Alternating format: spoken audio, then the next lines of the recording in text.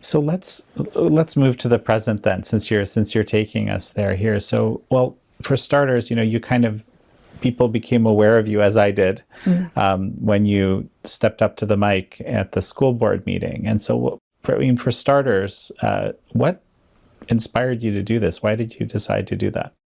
Actually, I have been seeing this American going the wrong direction for a long time, for I would say at least 10 years.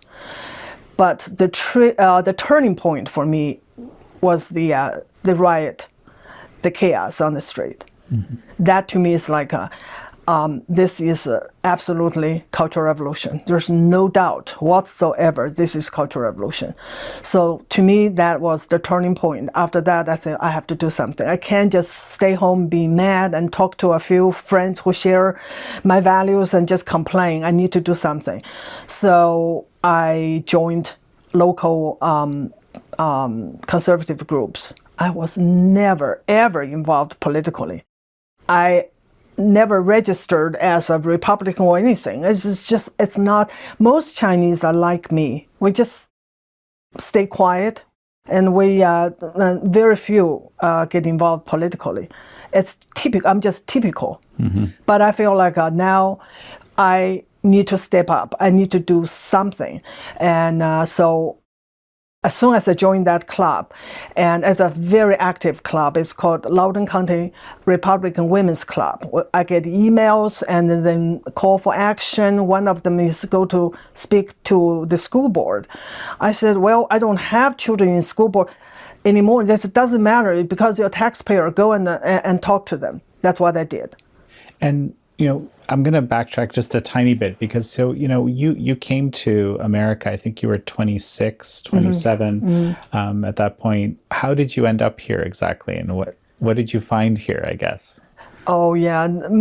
Everyone knows, even though they don't understand what makes America great, we know America is the best place on the planet Earth. So it's everyone's dream. So I was able to get assistantship to come to study for my graduate study, English. And so, yeah, it was the envy of my friends that I could go to America. I guess the question is what you found here then. I don't know how many years ago now that is, but quite a few. Yeah. Did it meet your expectations? Was it different? I mean, what did you see when you got here? Oh, that's a big adjustment. And I would say that, it's 30-some years ago.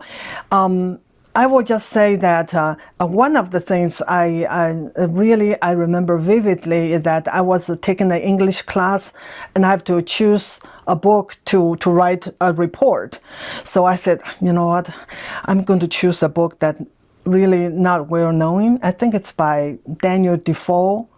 Probably it's easier. So I'm just probably read a few books, critique books. When I went to the library, there were like 30 of them. I said, oh my God, in China? Probably one.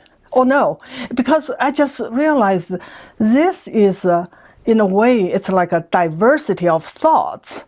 And a small book where so many people write critiques about, and then that to me is my first taste of diversity of thoughts. In China, just one. There's a party line, you follow it, you don't question it. And now I have to make choices. The other thing is making choices. In China, there's no choice. Choices were made for you. And go to college. I did have 3 choices of my preferred college to go to. And then after that, I was given a job. It's called assignment. I was given the job, and it happened to everyone. So here, making choices was bewildering. Mm-hmm. Even go to grocery store. Beef is beef. Oh my God, I have so many choices. That was kind of a learning. I have to get used to it. Fascinating. Well, so I guess the question I have is, then you said it's about 10 years that you started seeing things kind of moving in a direction that you didn't expect, you didn't like, that you were concerned about. So what were the sorts of things that you saw? I have to think hard, but there was one example I remember very vividly.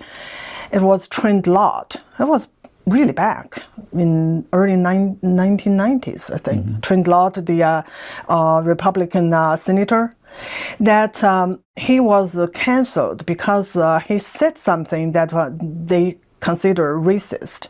So he has to quit. I thought this is kind of like Cultural Revolution.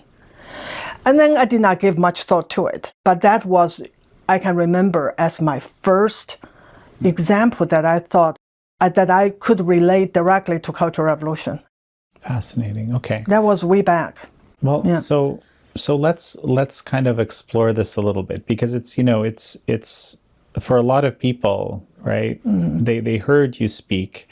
You know, maybe, and some of them already kind of understand there's some relationship, but for a lot of people, it sounds astounding. I mean, you were telling me people died, people were killed in terrible ways. There were these constant struggle sessions. People were paraded about, as you described, cutting the hair off, just as an example of how people were treated that didn't kind of conform properly. I mean, so that seems a lot more extreme to a lot of people than maybe what's happening now. So how is this like the Cultural Revolution really? I think, those examples or stories might be extreme, but that's the direction we're going to. One of the things that I noticed is people are afraid. People are very afraid. I see them, especially in my workplace. So there are the right way to talk. There is the right ideas, and the others who don't share it feel like if they tell their own opinion, they might run the risk of being considered racist. That's the word, like in China, counter-revolution. It fits everyone. So anything or any conservative value is not cannot be shared openly. Are you saying that there's this term counter-revolutionary, which was if you were labeled that, that's the end, right? So that you're saying that's the word racist is essentially... It's same. Yeah, because it doesn't mean anything anymore. It's just like if you step out of the line, or if the party leader want to remove you from the post, whatever, the easiest way is just counter-revolutionary. There's no clear definition. And the racist, for the longest time, my understanding is individual act. And it's someone who discriminate of someone else based on the race. But it was the last few years, it's changed its meaning. It's just anyone who kind of disagree with the ideology from the left, you become a racist. I mean, some is just ridiculous. But that become a hat, just like counter-revolutionary, that fits everyone. And in China, actually, they have two kind of counter-revolutionary. One is what you did today, and what you said today, they can call you counter-revolutionary. And the other is called historic counter-revolutionary. It's what you did before, what you said before. So now I see the same thing in America, because racist become a hat that fits all too. That we see people get called racism for things they said that has nothing to do with racism. And we also see that people get called racist for something they said and did before, just like the historic counter-revolutionary. And Virginia Governor Northam was called today a racist because in the past, when he was in college, he wore blackface. That is the equivalent of Chinese historic counter-revolutionary. You know, something just struck me when you're talking about these historical counter-revolutionary, talking about class enemies, right? That's something that you could actually inherit from your parents. This is something that talked about a lot in the Chinese community. Everyone is very familiar with this classification, red camp and the black camp by Mao. So the red camp are the good ones, are the allies of of the Chinese Revolution. Yeah. So the black camp started very early on after Mao took over China. So the classification of class enemies based on land owning class or property owning class, and so you were condemned as a class enemy. And so a lot of them were executed. The figures said it's about 1 million influential landowners were executed. So China was a poor country. There were just not that many land-owning class.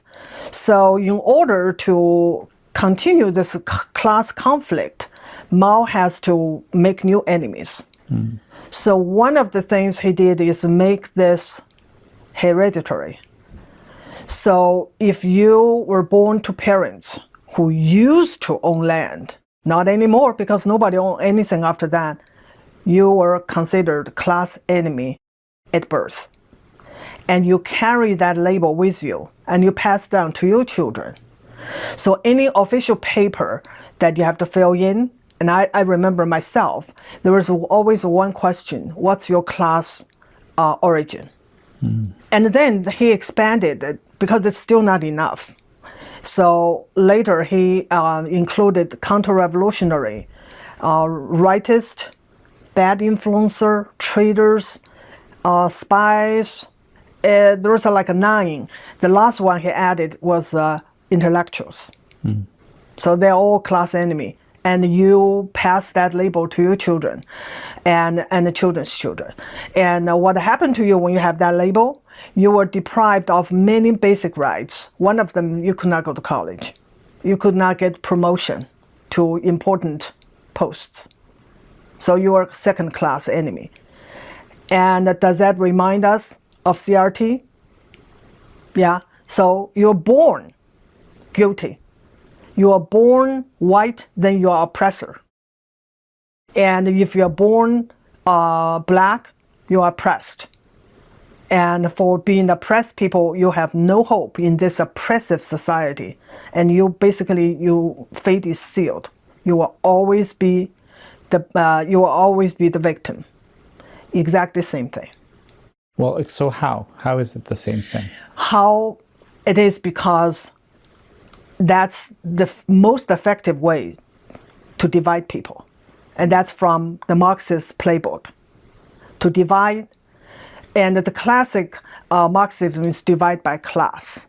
And it was successfully used in countries like Russia, China, and other underdeveloped countries. But in America, the class did not work so well so far.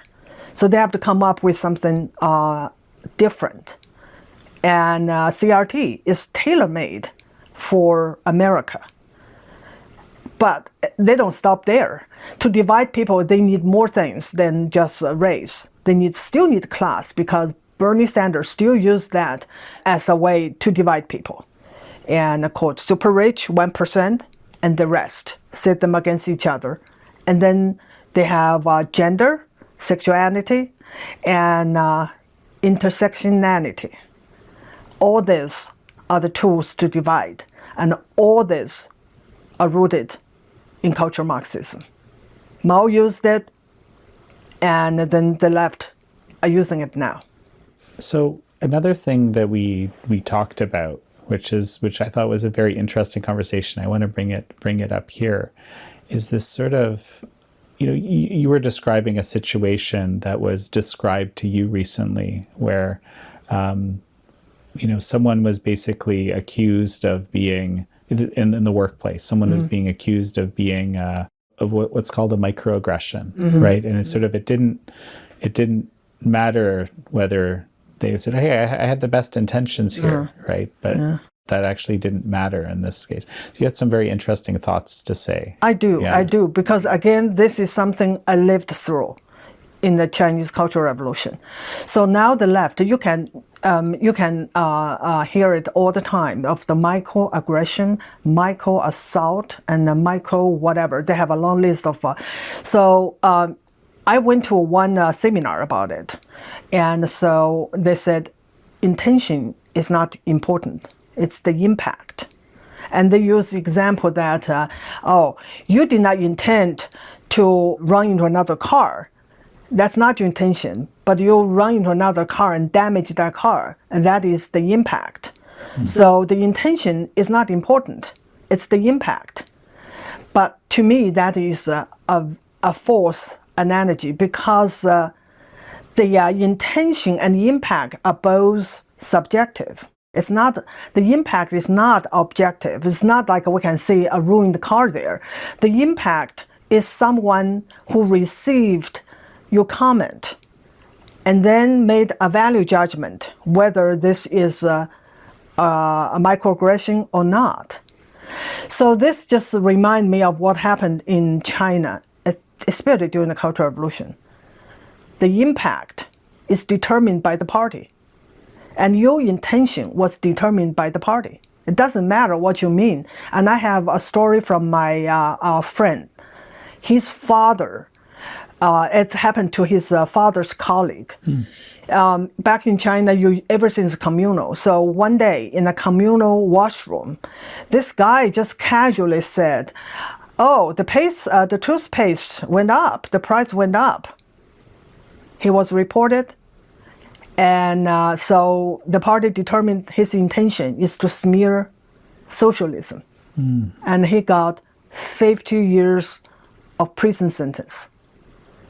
So that is the danger of a divorce intention and the impact. They have to be connected. You may have the best intention, and if the other person received it as a microaggression, there's nothing you can do about it.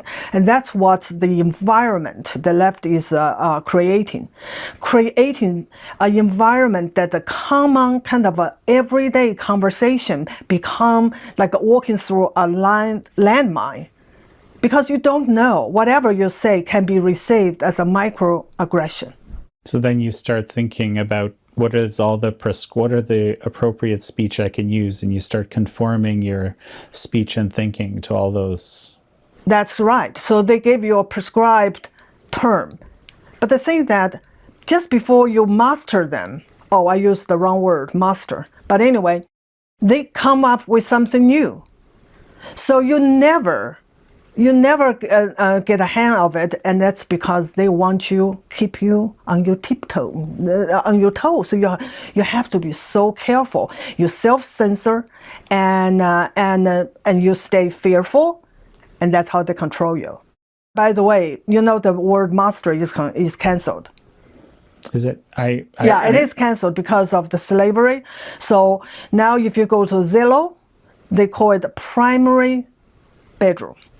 You can't call it master bedroom. I see. So I do have a question for those on the left. So how do I deal with my, how should I call my master degree? Men degree, primary degree? How do I say masterpiece? Men piece?